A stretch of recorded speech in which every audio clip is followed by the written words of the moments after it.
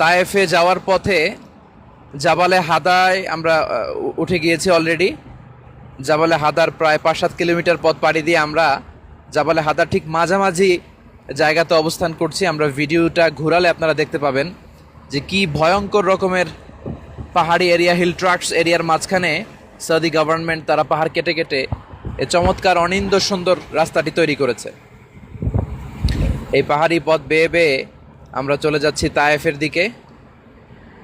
আসলে আল্লাহ কোরআনে বলেছেন ওয়াজা আলনাল জিবালা আউতাদা, আমি পাহাড়কে পেরেক স্বরূপ তৈরি করেছি। আমরা এই পাহাড়টা দেখি ভূপৃষ্ঠের কত উপরে অবস্থান করছে, কিন্তু পাহাড় আসলে ভূপৃষ্ঠের উপরে যতটুকু তার নিচে থাকে তার চেয়েও অনেক বেশি।